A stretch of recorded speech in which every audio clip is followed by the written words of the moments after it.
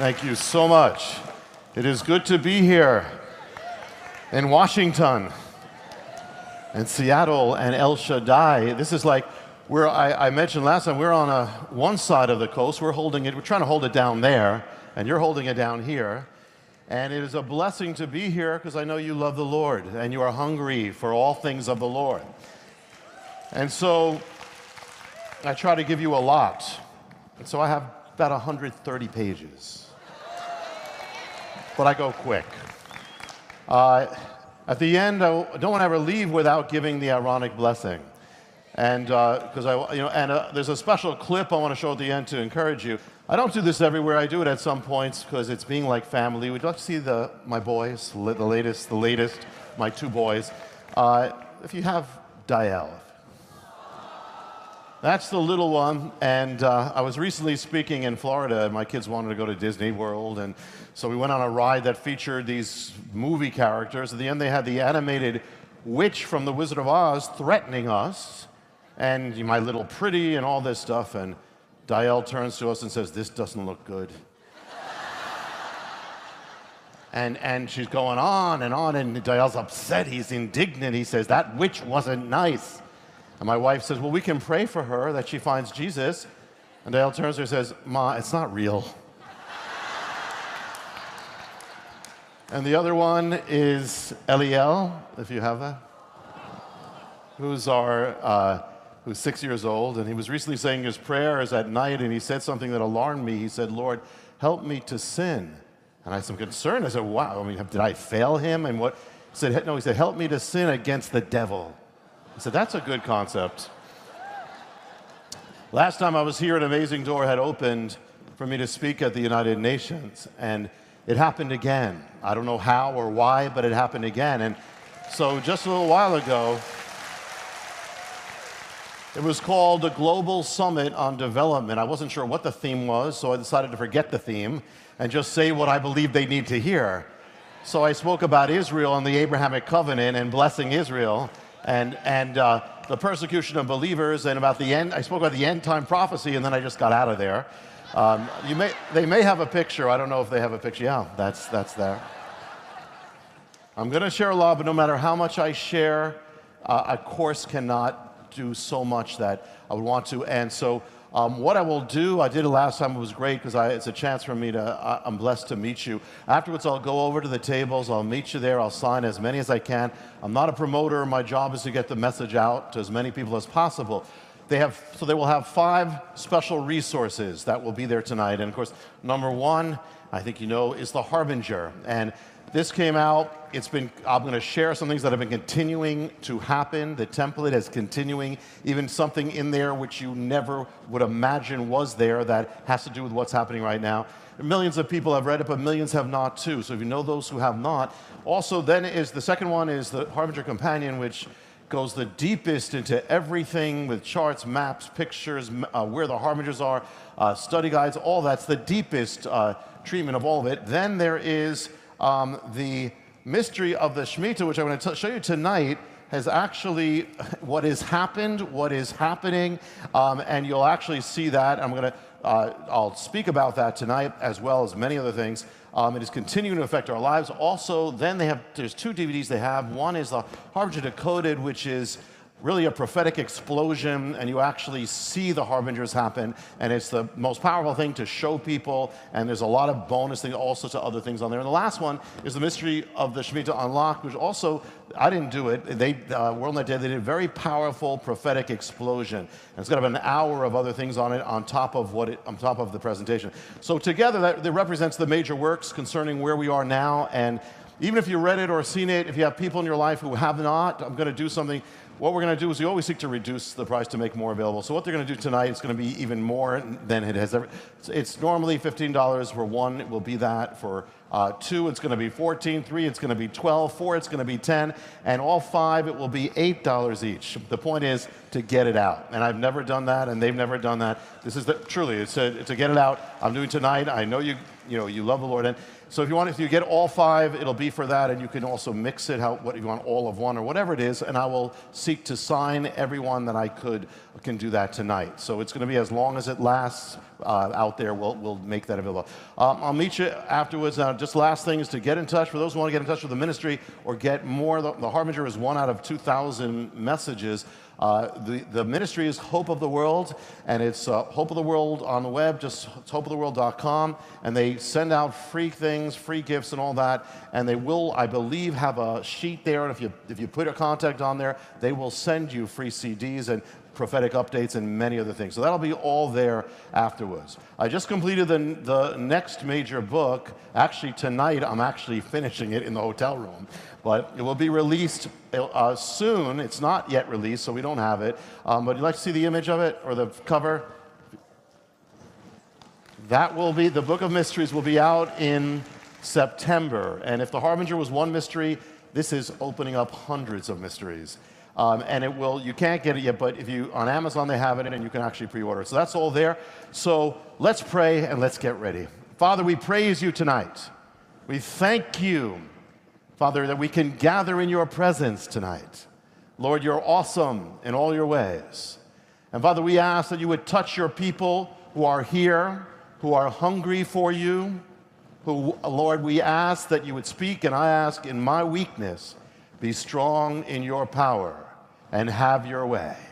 In the name above all names that are named, in the name of Yeshua HaMashiach, Jesus the Messiah, the light of the world and the glory of Israel. And we say, amen. We are at a critical time. The ground is shifting literally beneath our feet. Changes taking place of biblical proportions, prophetic times. And we need to know the times in which we live and the signs of the times, and we need to be prepared and to live and respond accordingly. I've shared with you from the Harbinger the mystery ground, and that where the nation was dedicated to God, that's where the shaking, the judgment, the destruction came. America being dedicated to God on ground zero. And when it was that day, the first president in his inaugural speech, George Washington, gave this warning: the propitious smiles of heaven can never be expected on a nation that disregards the eternal rules of order and right which heaven has ordained. In other words, if America ever turns away from God, the blessings of heaven will be removed from the land. Remember that, because it's going to be important tonight as we get to where we are. First thing, did the Shemitah manifest, and where are we now? Anyone who knows me, and also as you know Mark, knows that I will always warn, give the warning as well, that God, you cannot put God in a box. If you do, he gets out. Always, God is sovereign. He doesn't have to do anything at any time that except as he chooses, and nothing had to happen in the Shemitah. But the answer, did anything happen? The answer is absolutely, unequivocally yes. I'm going to show you some things tonight. What you're about to see is not feelings or opinion, but absolute, hard, massive facts, bearing witness to how real God is and how much he is in charge of everything. The predominant pattern of the Shemitah, for those who don't know, the Sabbath year of God, the year of rest, economic rest, ultimately financial cleansing, is not necessarily of a one-day crash that happened in the last two, but of a long-term, extended economic or financial collapse. Now, this takes place in the financial or economic realm over a period of months, or it could be more. It happened in the last half century, the last 7, or I will say 8 Shemitahs, every single time it happened. The Shemitah of 2008, it manifested in the global financial collapse, the Great Recession. Shemitah of 2001, long-term stock market collapse, economic recession. Shemitah of 1994, the great bond market massacre, the greatest bond market collapse in history to that point, which is twice the size of the stock market. The Shemitah of 1987, it happened with a crash, a stock market crash, and the greatest day crash, percentage-wise, in history, Black Monday. Shemitah of 1980 was an economic recession leading to a stock market collapse. Shemitah of 1973, stock market collapse leading to a global recession. Shemitah of 1966, stock market collapse. What about the Shemitah of 2015? Again, nothing had to happen, but did it? The answer is absolute. Up until the Shemitah, the stock market was rising and rising and rising and rising. In the spring of the Shemitah, it reversed its momentum, began a long-term descent.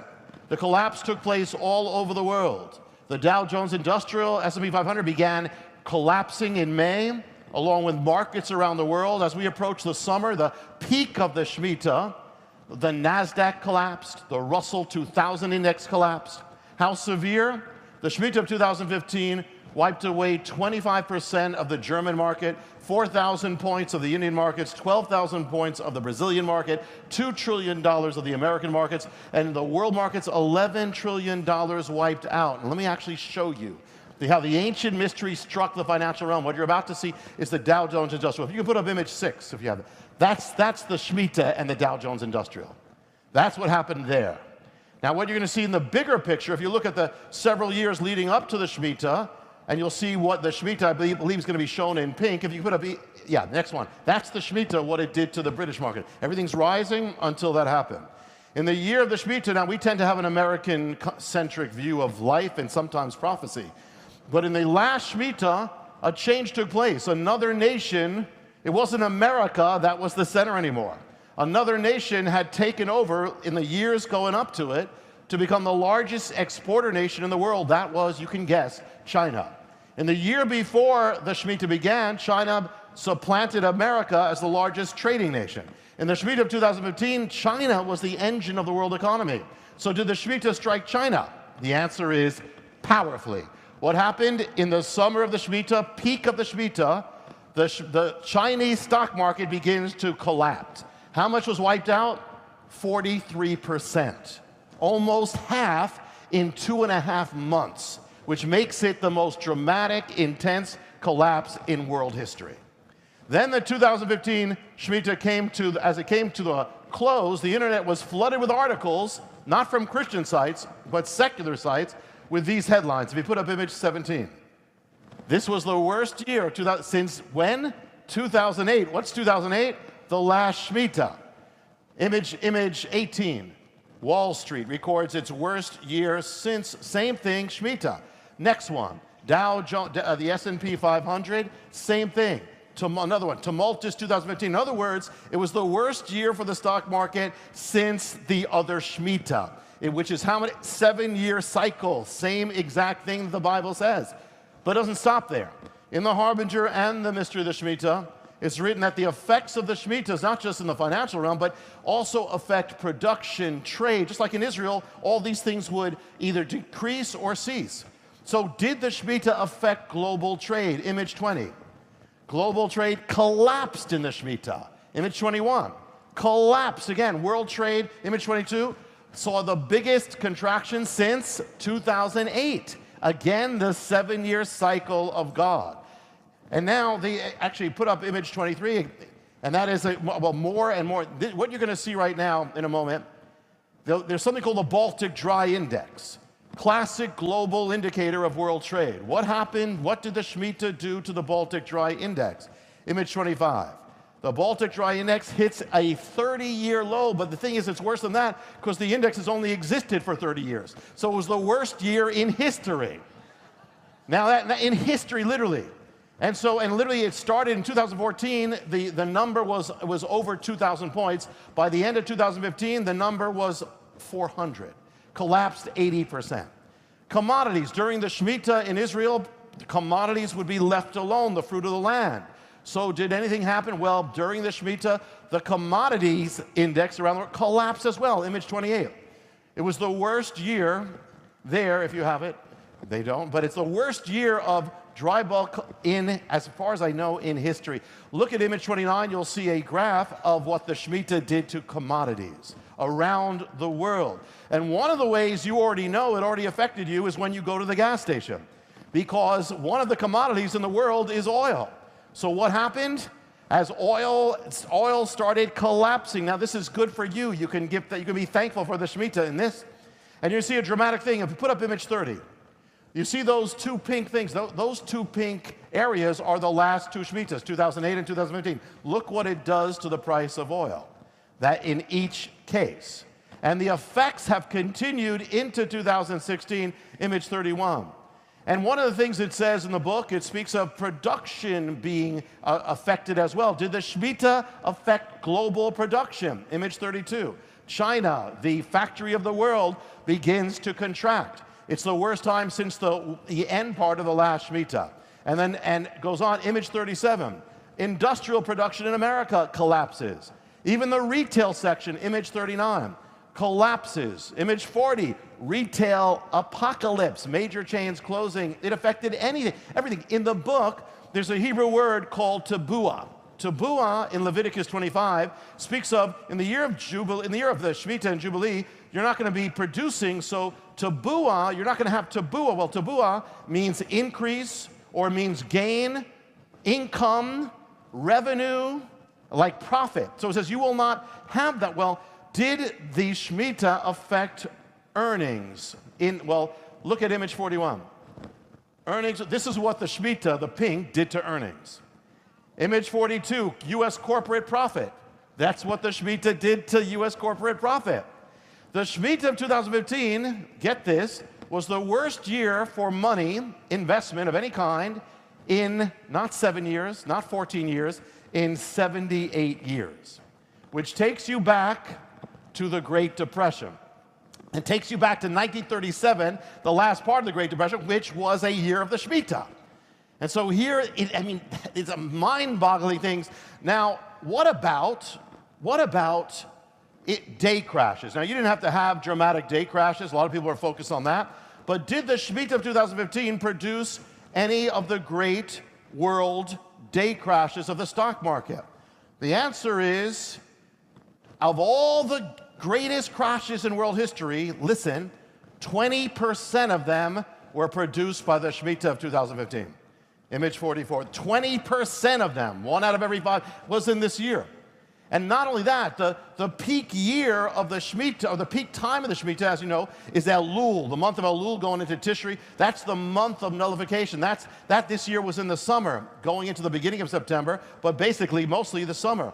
Well, the greatest crashes, those 20%, were not only produced by the Shemitah, but all in the month appointed by God as the month of nullification. All of that. Remember, if you remember what happened when the summer came, everything started going crazy across the world. And I want to show you right now, the pink now is not going to represent the Shemitah, but just 1 month, Elul, in the Shemitah. If you put up image 47, that's the month of Elul within the Shemitah, the Dow Jones Industrial.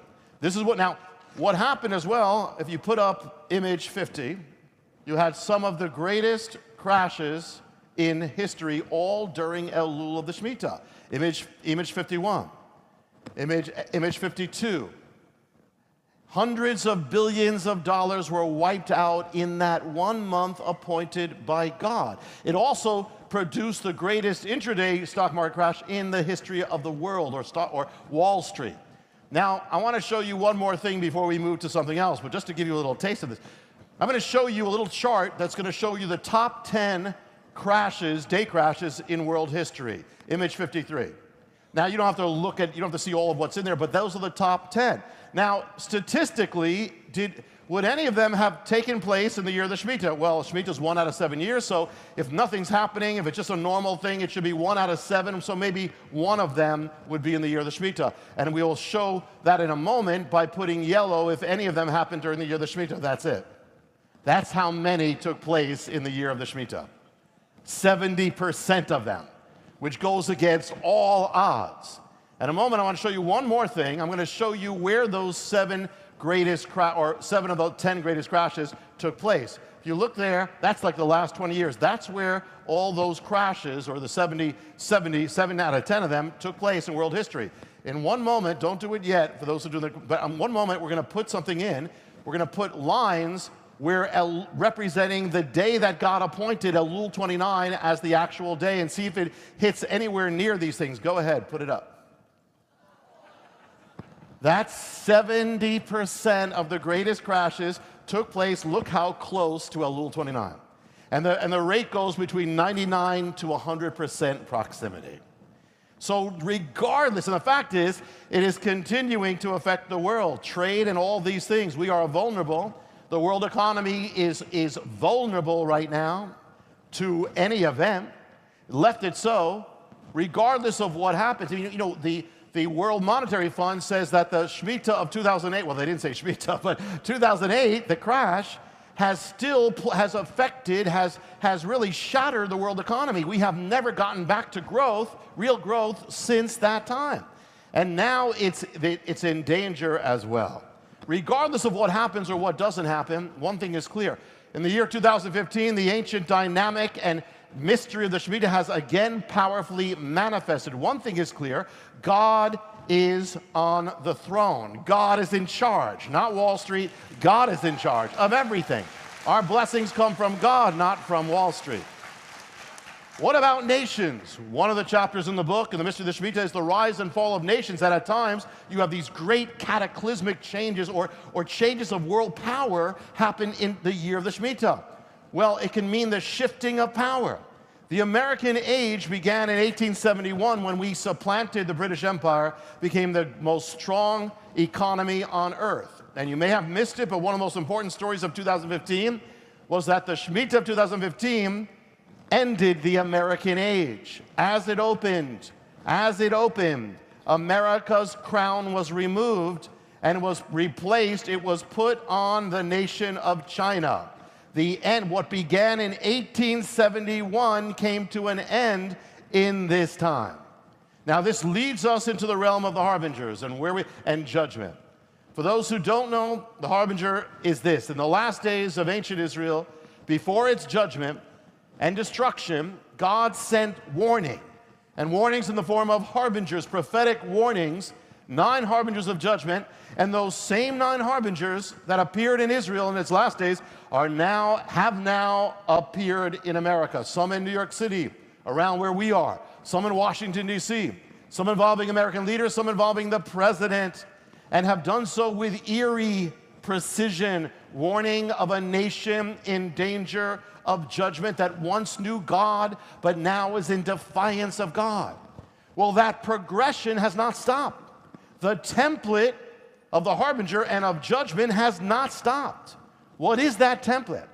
Here's a nation that once knew God, once was blessed by God, turned away from God, was warned by God, and then comes a shaking to shake it up. But instead of turning back to God, it responds with defiance of God. Specifically, in Israel's case, with a vow, Isaiah 9:10, the bricks have fallen in this shaking, but we will rebuild with greater things, greater stones. The sycamores have been cut down, but we'll plant cedars, stronger trees. We're coming back stronger, bigger, greater than before, and without God. We're going to continue in our rebellion against God, and we're going to get stronger in it. Well, that is what happened also to the nation of America. As it was with Israel, so it is now with America. America has not only not returned to God, it has departed drastically from God. Since 9/11, we have not grown closer and more godly. We have grown farther and more ungodly. The pattern of the harbinger is that. But it not only comes from the destruction of the northern kingdom in 722 BC of Israel by Assyria, but also from the southern kingdom of Judah by the armies of Babylon in 586 BC. That's the mystery ground, comes from that judgment. So we go now to the judgment of the southern kingdom. Israel, around Jerusalem are the walls of defense, protecting the nation from judgment. But the first sign of assurance that the judgment was coming is that those walls of defense are breached by the soldiers, the armies of Babylon.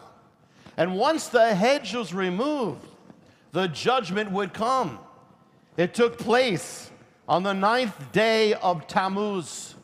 That day became a day of national mourning for the Jewish people, so much so that 2,500 years later, it's still on the Hebrew calendar as the day of mourning, the day that the hedge of protection from judgment or attack and destruction is removed. The word Shemitah in Hebrew can also mean the fall. When did the 9th of Tammuz, the day of a nation's hedge being removed, fall in the year of the Shemitah? It fell 1 year ago this weekend. It fell on June 26, 2015. It was the 9th of Tammuz, the day of removing the hedge of judgment. This was the day that the Supreme Court struck down the hedge of marriage. On that day, the day of removing the hedge, and the year, here it is in the year called also the fall. And in the judgment of the southern kingdom, before it happened, a prophet was taken in a vision to see the temple of Jerusalem. And God said to that prophet Ezekiel, "Son of man, what do you see?" He said, "Look, son of man, there are the elders of Israel, and they are worshiping idols in my house. And therefore judgment will come." And so the principle that we must know, the principle is that before judgment comes an act of desecration. In the time of Daniel the prophet in Babylon, the king of Babylon says, "Take the vessels of the temple of Babylon, of Jerusalem, the God of Jerusalem, take those vessels and use them, fill them with wine, and let's drink to the gods of Babylon."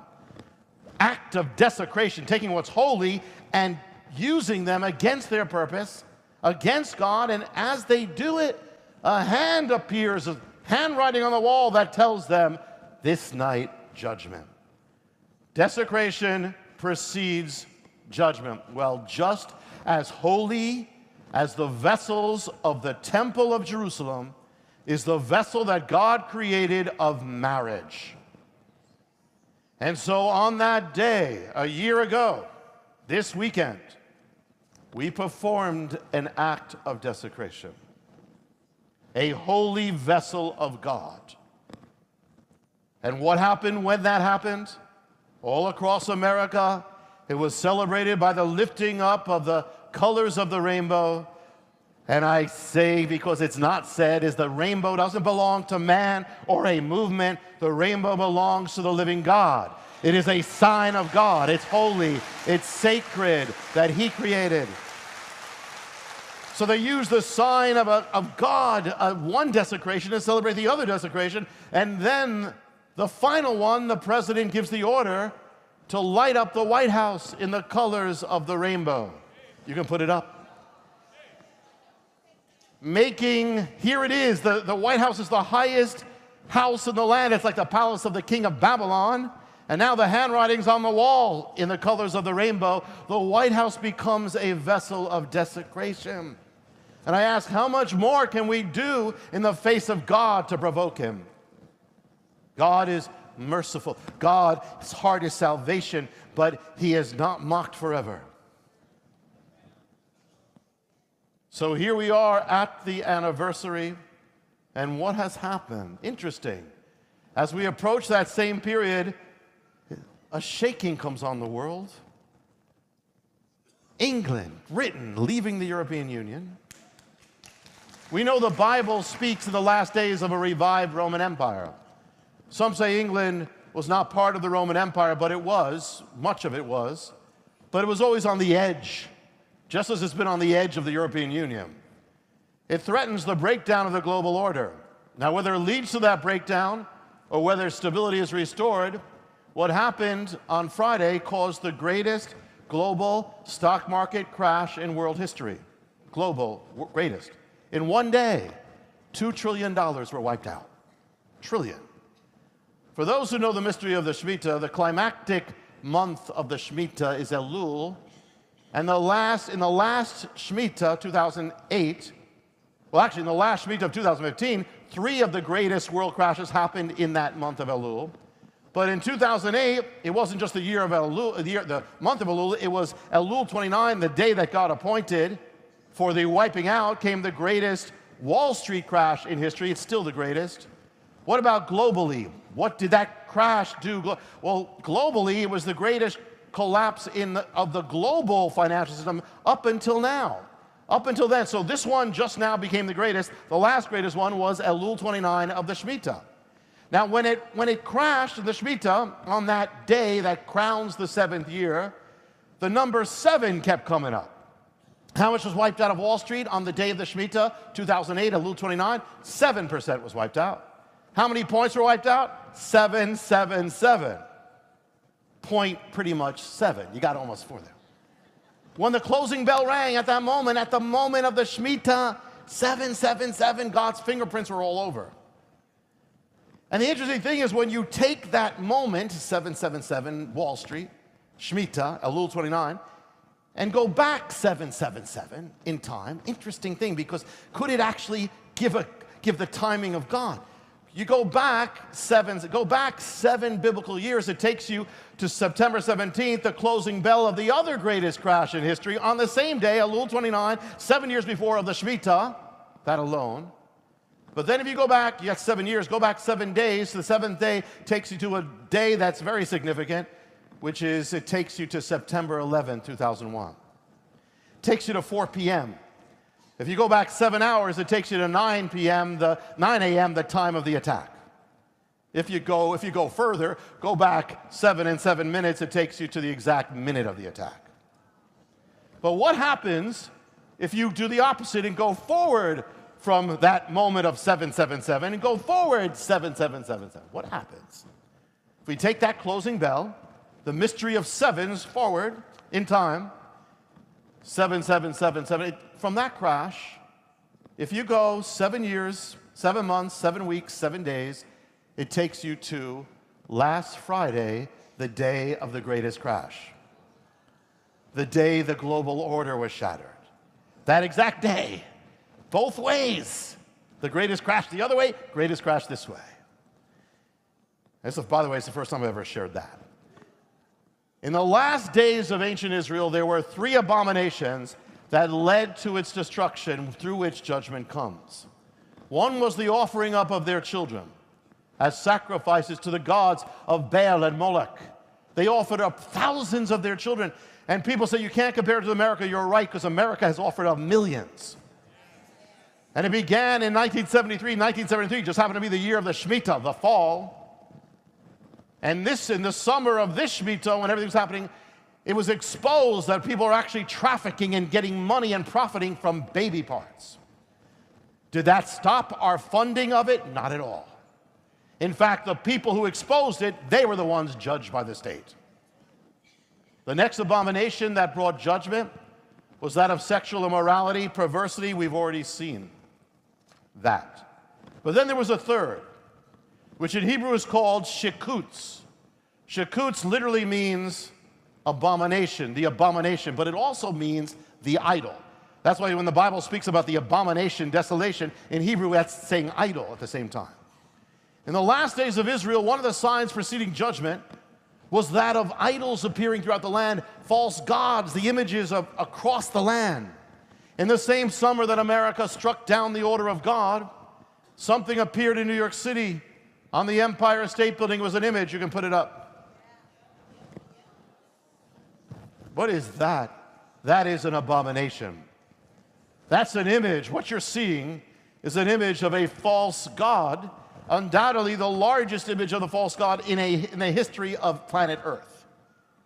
It was the foreign god Kali, formed by projectors projecting light onto the Empire State Building. Interesting, because they're projecting light to create the image of Kali, who's the god of darkness. Woe to those who put light for darkness, says the Bible. A civilization that calls evil good and good evil. Kali is also the god of death and destruction now over New York City. If a civilization turns away from God, it turns to gods of death. Undoubtedly, that's how the worship of Baal came to Israel. First, there's obviously the voice of tolerance. Be open. Just add Baal to your worship of God. And that's exactly how it happened, because they were actually combining it. But as the worship of Baal gained strength, when it reached critical mass, everything changed. It was no longer a call for tolerance. Now the initial tolerance was just to get Baal in. But once Baal was in, now it changed to a war on God and to stamp out every vestige of resistance. No longer was it tolerance. It was now about wiping away anyone and anybody who held true for God. It was there in Isaiah when he said, woe to those who call evil good and good evil. Because when a nation calls what is evil good, it will call what is good evil. In other words, if you sanctify the profane, you will profane the sacred. Every step taken to champion sin is matched by another step to delegitimize God and you, his people, to marginalize you, to mock you, vilify you, persecute you, prosecute you, ban you. So every step taken by American culture to glorify what is immoral is matched by another to denigrate the people of God. Has America grown more tolerant towards such innocent things as nativity scenes? No.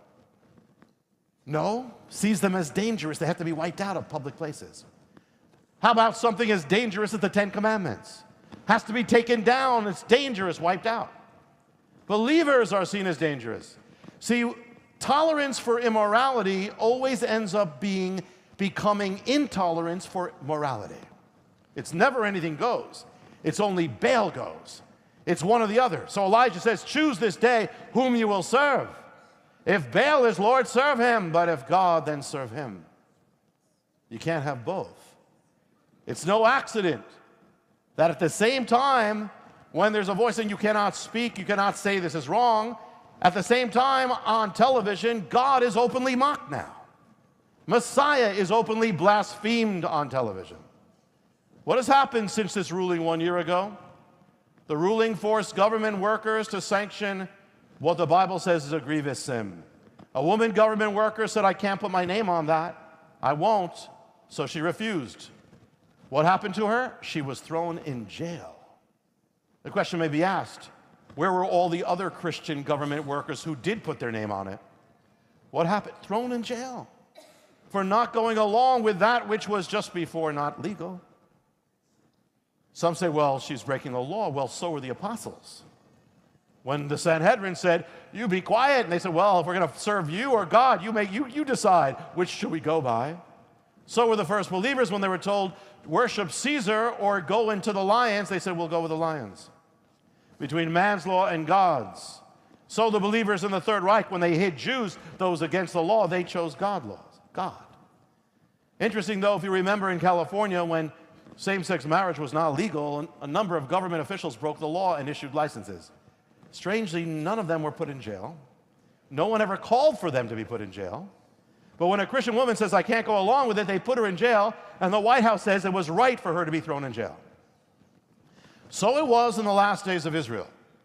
When the judgment came, in jails were righteous people, and the jail was Jeremiah. It's already happening. Christian business owners have been driven out of business, lawsuits, fines. The government is increasingly disassociating itself from Christians, which means the government will become increasingly anti-Christian. It was said early on, the rights of religious freedom is not going to be affected by this.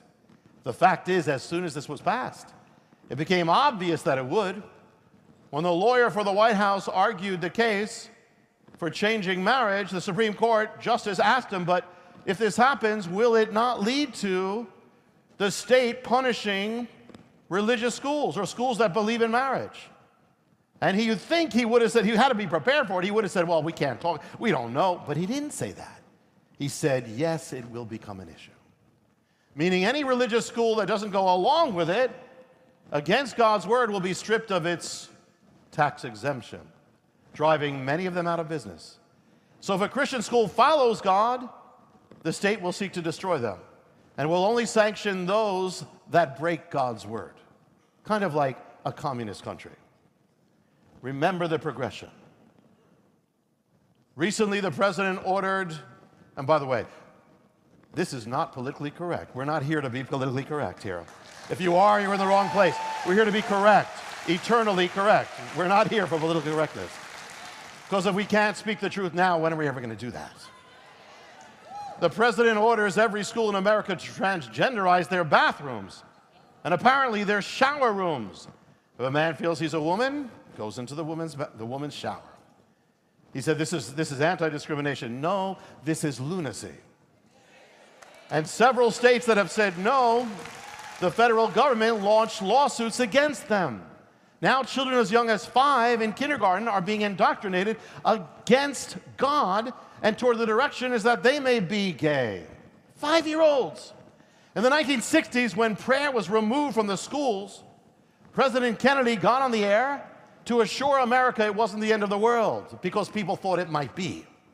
Many in America thought not having prayer in school would be a major thing, how far we've come. When you take God out, it never stays that way. You never take God out and it stays neutral. Take God out, other gods come in. Take the light out, darkness comes in. Can you ever imagine this? Well, that was the conclusion of it. Remember when Sunday was the wonderful world of Disney? On television, family entertainment, children's entertainment. Sunday was the day families would come home from church. Disney represented family-friendly entertainment, often based on children's stories, classic fairy tales. Remember something called the family hour? Big issue in the past, that 8 to 9 p.m. has to be safe for children and families. Recently on Sunday night, on ABC, which is now owned by Disney, during the family hour, 8 to 9 p.m., there was an episode of a program called Once Upon a Time, based on classic fairy tale children's characters. Little Red Riding Hood, Snow White, Dorothy, Wizard of Oz. One Sunday, recent Sunday night, the program ends with the scene in which Dorothy from the Wizard of Oz is lying asleep under a spell from which she cannot be awoken except by true love's kiss. The scenario is taken from Snow White, Sleeping Beauty, where the princess is awakened by the prince's kiss. Only now there's no prince. Now a woman approaches Dorothy, and the woman is Little Red Riding Hood. And the woman bends over her instead of a man to kiss the woman, and this is broadcast all over. It was foreshadowed in a recent Disney movie called Maleficent, where instead of a prince, it's a woman, and kissing the Sleeping Beauty and saying the subtext is you don't need men. Men are disposable. You can have a woman instead. And so, interesting, because Maleficent means evil, and she's shown as good. So now Little Red Riding Hood kisses Dorothy, and she wakes up. But she doesn't just kiss her, she makes out with her. They are presented now, Little Red Riding Hood, and did you ever imagine, you'd ever see Little Red Riding Hood and Dorothy depicted as lesbians making out with each other on television? What part of hell came up with that? Could you ever have imagined that? And that's just the beginning. And then this Friday, as we approach the anniversary of this date, President Obama announced the first national monument to homosexuality. He's making the Stonewall Inn a national monument. He directed the National Park Services to search out for hundreds of sites celebrating the movement to promote homosexuality for consideration as national sites. So we are witnessing here monuments of America. Interesting, because you have monuments to America's foundation all over that were marked by the Bible or by the cross or by the faith in God, and they are being removed. And what's coming in its place? This. Monuments to the Ten Commandments struck down. Monuments to sin raised up. Crosses taken down. Celebration of sin raised up. When Jeroboam led Israel away from God, he said to them, he made 2 golden calves and said, "These are your gods, Israel, who took you out of Egypt." What was he doing?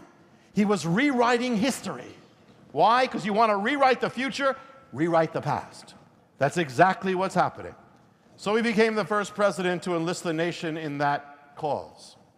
So we are to celebrate Stonewall. What exactly is Stonewall? It was the place in which the modern agenda of homosexuality that is now threatening the gospel itself was begun.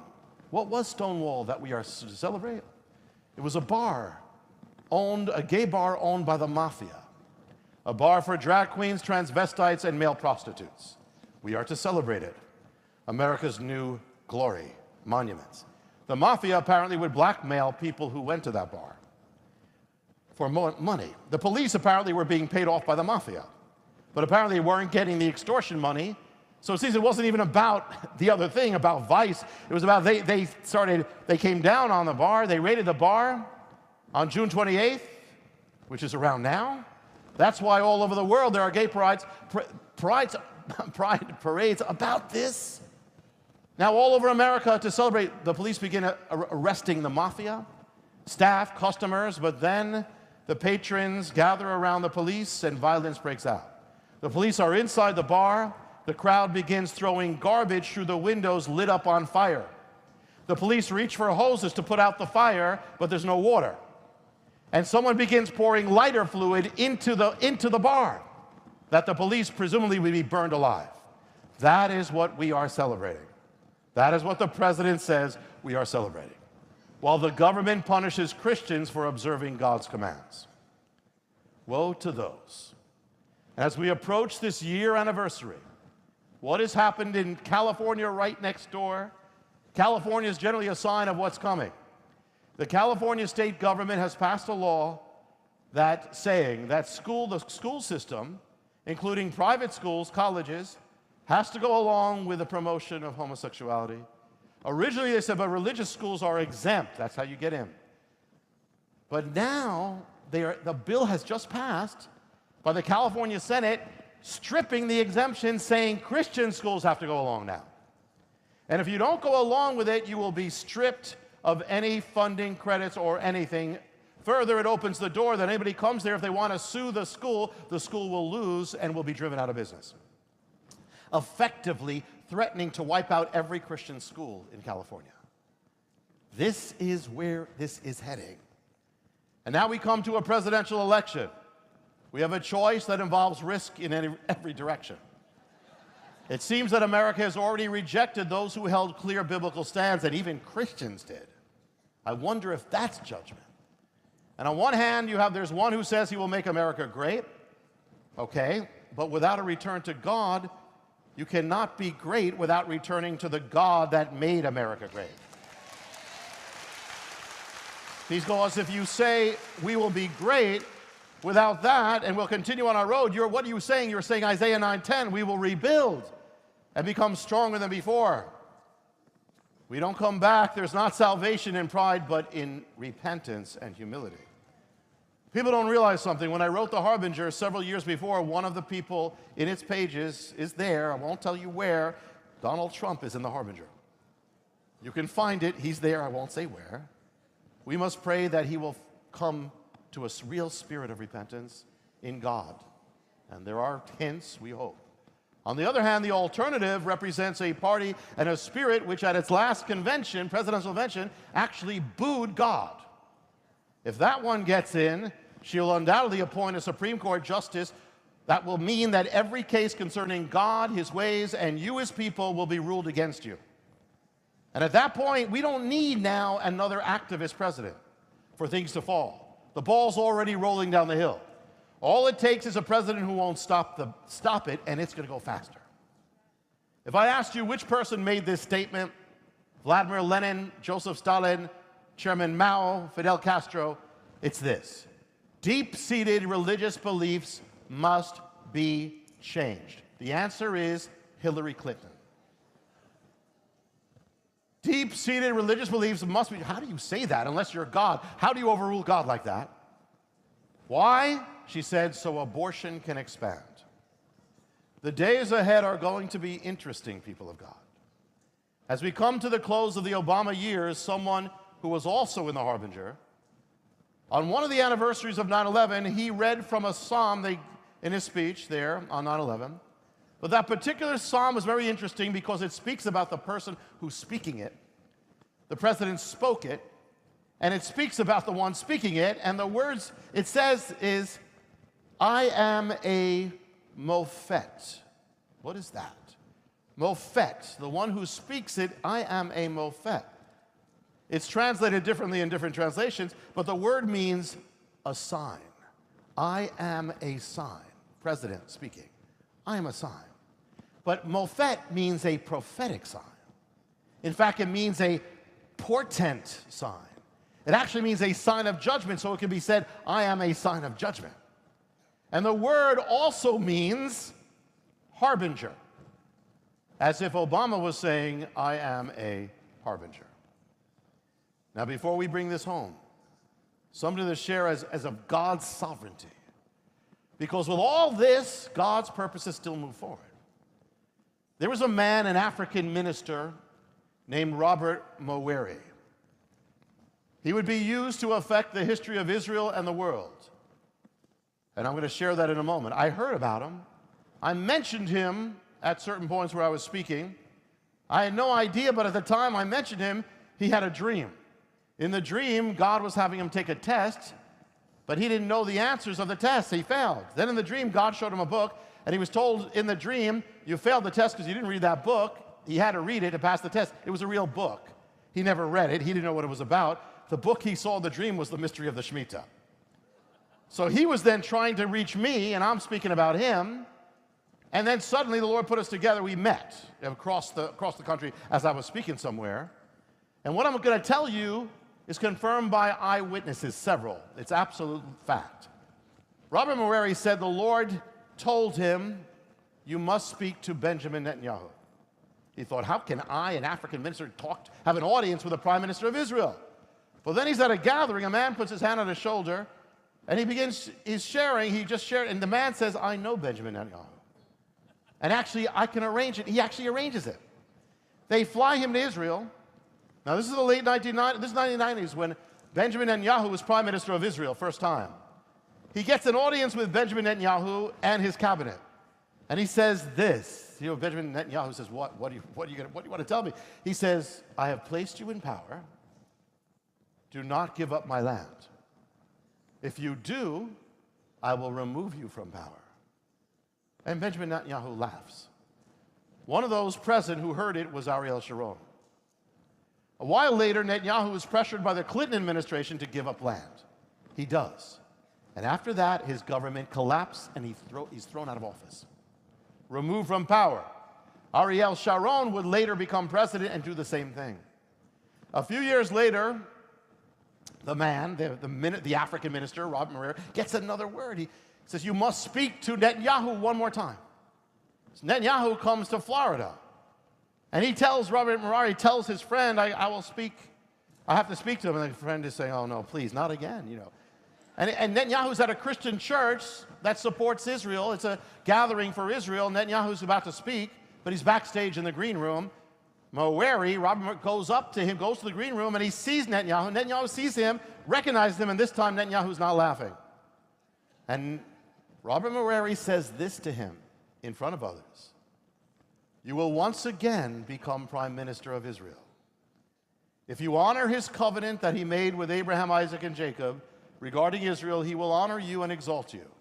But if you disregard his covenant and give away his land, he will dishonor you. Be strong and of good courage, for unto this people you will divide an inheritance of the land, which I swore to their fathers. He added, do not ever negotiate the land, to give away the land for peace. He said, God is not done with you. Years later, Obama comes to power. Soon after that, Netanyahu comes to power. God puts him back in power, according to the prophecy. And if you notice, this time he's been strong. And the President and administration of America has been pressuring him. They don't have the best relationship. Hoping in every way he's going to be removed from power, and it looked like he was going to be, if you remember. CNN was saying he's gone. Netanyahu, all the liberal media saying he's gone. And then all of a sudden they blacked out. They became silent. In the middle of the election, they stopped saying anything. Because all of a sudden, miraculously, Netanyahu was winning. And so finally, Netanyahu got on and said, well, nobody's going to say it. I'm going to say it. I've just won the election. So he was put back in power. Now he's in line to become the longest-serving prime minister in the history of Israel. But the story, you won't hear it behind the news, is the prophecy. Netanyahu knows it. But there was something else said to him in that prophecy that came true. The prophecy came true and something else was said. It said, you will be prime minister again at a critical time in history. And this, listen, it was said, you will be the prime minister of Israel for the restoration of the tabernacle of David.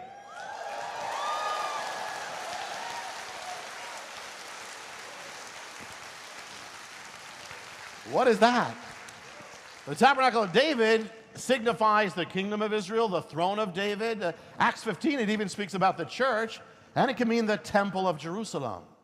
And listen to this. A while later, Moweri sees Netanyahu again. He's called to his office, and I spoke to an eyewitness who was there. And Netanyahu takes out a picture, holds it up to them, and says, "This is what it's all about." What was the picture? Netanyahu was holding a picture of the Temple of Jerusalem. A prophecy about restoration.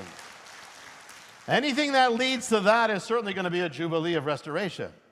And you see, no matter what happens in the world, it doesn't stop the purposes of God. In the early 1960s, America started removing prayer in the Bible from public life dramatically, but it's led to where we are now. But it was after that came 1967, where God fulfilled his ancient prophecies and restored Jerusalem. After that came the modern revival of Jewish people coming to Messiah. The Jesus movement came after that. God is never finished. And in this current prophetic jubilee, nothing has to happen. And there are instances when events take place on a Western calendar, which would be 2017, but regardless whether something does or not, regardless of what happens concerning this great falling away, you are of God. You're not of the world. So there's no reason that the year of Jubilee shouldn't be a year of restoration for you, if you take it. See, Jubilee can only happen when something happened. It can only happen on Yom Kippur, when the atonement was lifted up. Then you have Jubilee. Well, the atonement causes Jubilee. Well, Messiah is the atonement. He's our Yom Kippur. Therefore, he's got to be our Jubilee. God's power, the power of Messiah, is Jubilee. God's will for you is restoration, is reconciliation. God's will is that you be restored, you regain, you come into the inheritance that God appointed for your life. Sometimes, as with the children of Israel, you got the inheritance there, but you got to fight for it. Sometimes you got to war for it, but it's a good fight. Fight the good fight of faith until you take possession of your inheritance in God. There is no reason you should not be victorious at every moment. Because in Messiah, you've got the power of freedom, reconciliation, receiving what God gave you, being set free. Believe that power, and you will. It'll be a jubilee. A last thing before I bring this home. I came to the Lord, and I'm the least likely person to come to the Lord. I really was. I was an atheist, a Jewish atheist, in high school. I won't go through the whole story, but I was the leader of the rock band. I was the least likely person. And I only came to the Lord, I'm just going to skip the details, but I only came to the Lord because I was literally hit by a locomotive train. And I won't go into that now, but that might explain some things. It says Jews need signs. Some Jews need locomotive trains. So I knew then, this is how smart, I knew then it was a good, wise thing to give my life to the Lord. Because I didn't know how long I had. I didn't know how to do it. Nobody was leading me. But I remember from Hebrew school, God met Moses on the mountain, Elijah on the mountain. So I found a mountain. At night, I ascended that mountain to the mountaintop. There I found a flat rock. I kneeled down on the rock, and there I gave my life to the Lord on that rock. Years later, I returned to that mountain. On the anniversary of me coming to the Lord, which is also my birthday, won't go into that, it was night.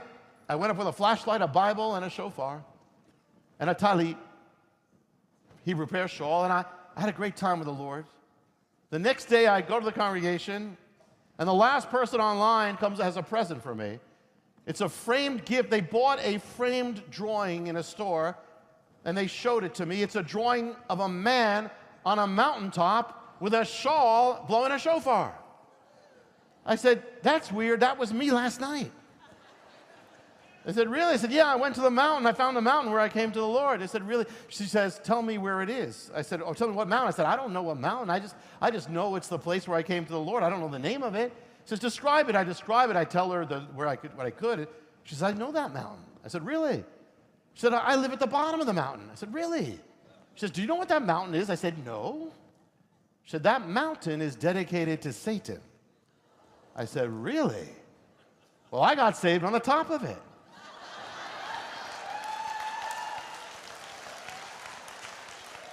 She said, "On the top of it, that's where they worship." I said, "Really?" I said, "Well, I came to the Lord on the top. I knelt down on this flat stone." She said, "That's the altar." I said, wow. I remember on that mountaintop seeing graffiti words in the rock, and the words always puzzled me. It said this, it said, "No Jew shall enter these sacred grounds." And when I first saw it, I said, who would write such a thing? Nazis? I mean, who would write that? Satan worshipers. More than that, not Satan would write that. See, for 2,000 years, he's been trying to keep the Jewish people from coming to their Messiah. And he's done everything he could to stop them from doing so. No Jew shall enter these sacred grounds. I said, too late, Satan, I'm in. I got in. This Jew came back to the sacred ground of his Messiah. And that kind of explains my walk. My walk in the Lord has never been dull. I want it to be, but I mean, most believers get saved in nice carpeted church sanctuaries. I get saved on a satanic mountaintop. They get handed pamphlets that say God has a wonderful call for your life. I get, no Jew shall enter these sacred grounds. But that's the point. And God's put me in places I never would have imagined. That's the point. You see, when you look at what's happening in the world in the last days, you can be tempted to say, I wish I didn't have to deal with all this. Or listen, I don't want, it seems like we're on the losing side. Listen, God didn't have to put you in the last days. He could have put you in the Middle Ages. But he chose to put you in the last days because you were called for the last days. If you weren't called for these days, you would have been in the Middle Ages. You would have been a squire or a cobbler, but God put you in the last days because you're called for the last days. Your calling is for now. And you can only fulfill it now. So you're never to fear what's going on in the world, because if God called you to be here, then God anointed you to be here. And if it's dark and darker, so what? Does a candle complain that it's dark out? No, it's too busy shining. If it wasn't dark, the candle would be out of a job. That's why we're the light of the world. If it's not dark, we're out of a job. We're in a fight. It's okay. When God has called us to be victorious and more than conquerors, why are we fearing the fight or saying that, or embrace the fight, because that's what will manifest who you are. The fight is the very thing that manifests that you are victorious. There's going to be a fight anyway. You might as well get into it. You might as well embrace it. You might as well go for it. You might as well enjoy it, because these are dramatic times. Good, God's here. You've got the power to fight and triumph. The enemy did everything he could, in my case, to stop me from coming to salvation. He's done everything to stop the Jewish people from existing and coming to Messiah. Why? Because he knows when they do, he's finished. It's over. He's defeated. And so with you, the enemy tries to hinder you, intimidate you, scare you, discourage you, trap you, snare you, depress you, make you panic, make you believe you're going to lose. Why? Because you're going to win. Think about it. Think about it. If you weren't going to win, why would he bother attacking you? Because he knows what it means. Because when you fight, you're going to win. And when you win, he loses. When you win, then you're going to walk into everything God called for you, which is so great, it drives the enemy crazy. It's not a bad sign, it's a good sign. No matter what happens in the world, God is never finished. And God is never on the losing side. Neither are you. And the fact that you get to stand with God when it's not popular, that's glory. You stand with God when it's okay, when it's respectable, who cares? When you stand with God when it's not, that's when he says, well done, well done. My spirit's with you, my glory's upon you. That's an honor. The fact that you get to stand with a king when he's not yet reigning on the world, that's a privilege. When an anti-Christian age, what a high honor. It's the Bible. Some of you have been praying for a long time. Oh, Lord, I wish I could live in Bible times. I wish I live in Bible times. Well, good news. Your prayers have been answered. Congratulations. Because you want biblical times, you got them.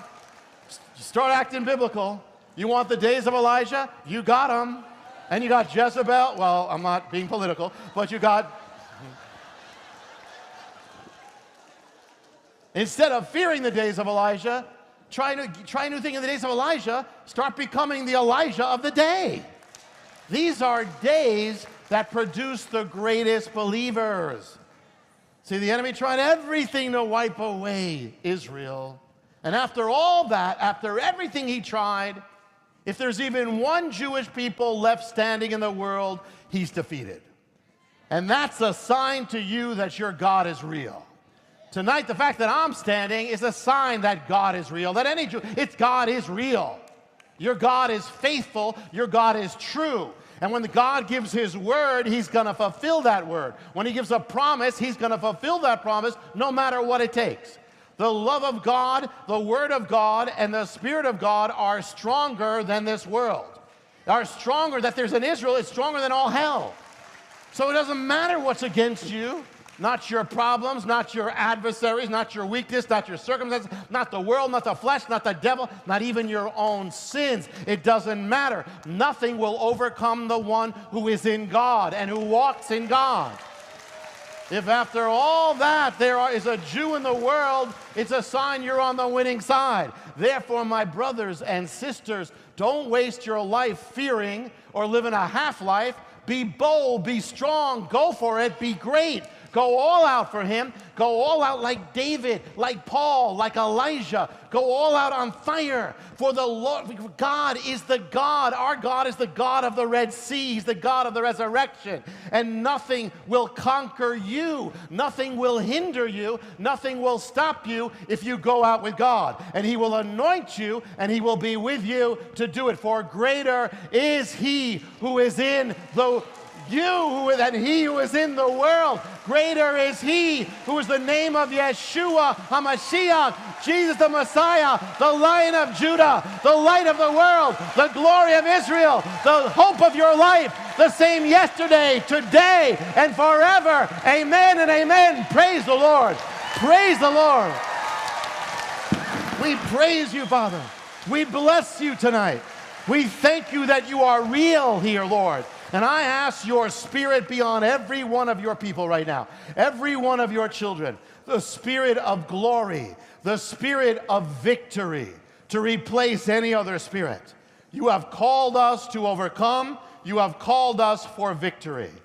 And we praise you and thank you, Father. We thank you for all you have done. We thank you that your name is El Shaddai, the majestic, the powerful, the all-providing one. Lord, I ask for anyone who's here tonight who doesn't know you, they would come to know you. They would come to be born again, your child. No matter who they are, no matter what the sin, we're all in the same boat. But Lord, I ask that you touch your children. Father, this day we make a commitment that whatever, anything that's in our life that shouldn't be, we rule it out and we will take a step even tonight. Before we go to bed, a step saying no more. And Lord, whatever is not in our life that you've called for our life, something new to become that man, that woman of prayer, of victory, of breakthrough, of love, that we will take a step even tonight to say yes and rule it in before we go to bed. Have your way, Lord, and we ask, Lord, have your way in the days to come. We don't fear it, Lord, we embrace the fact that we can stand strong for you. And we embrace the fact that a light that shines in the dark is so much more powerful than the candle in the day. Father, we want to be those lights. So we want to be those Elijahs. We want to be those Pauls, those Marys, those Esthers. We want to be that one you called. So, Lord, help us to walk forth and live in a new spirit of confidence, of assurance, of victory, of triumph, of absolute certainty of the joy and the outcome you have given us. Lord, we praise you and bless you tonight and thank you for all things. We praise you in the powerful name of Yeshua, Jesus, Messiah, the glory of Israel. And all his people say, amen. Praise the Lord. Praise the Lord. I promised you, you may be seated. I promised you two things. One is I want to show you a clip to encourage you in these days. And then Mark's going to come up, and then I will not close without giving you that blessing. And then I'll meet you afterwards, okay? But what I want to show you is the Lord's opened the door crazily for Capitol Hill. I don't know why, except I believe he wants the word to go forth. And so I've spoken and in front of these members of Congress, and I always want to just speak without holding back. And this was in the midst of all these things that are happening. World Night Daily took that and put it together. So if you, they're going to show you, it's a part of the DVD, but I want you to just encourage you that never hold back, never compromise, open your mouth, never be afraid, and stand for God. He will keep you, He will honor you, He will anoint you, and He will use your life for glory. This is why you're born. So we'll do that, and then Mark will come up, and then I'll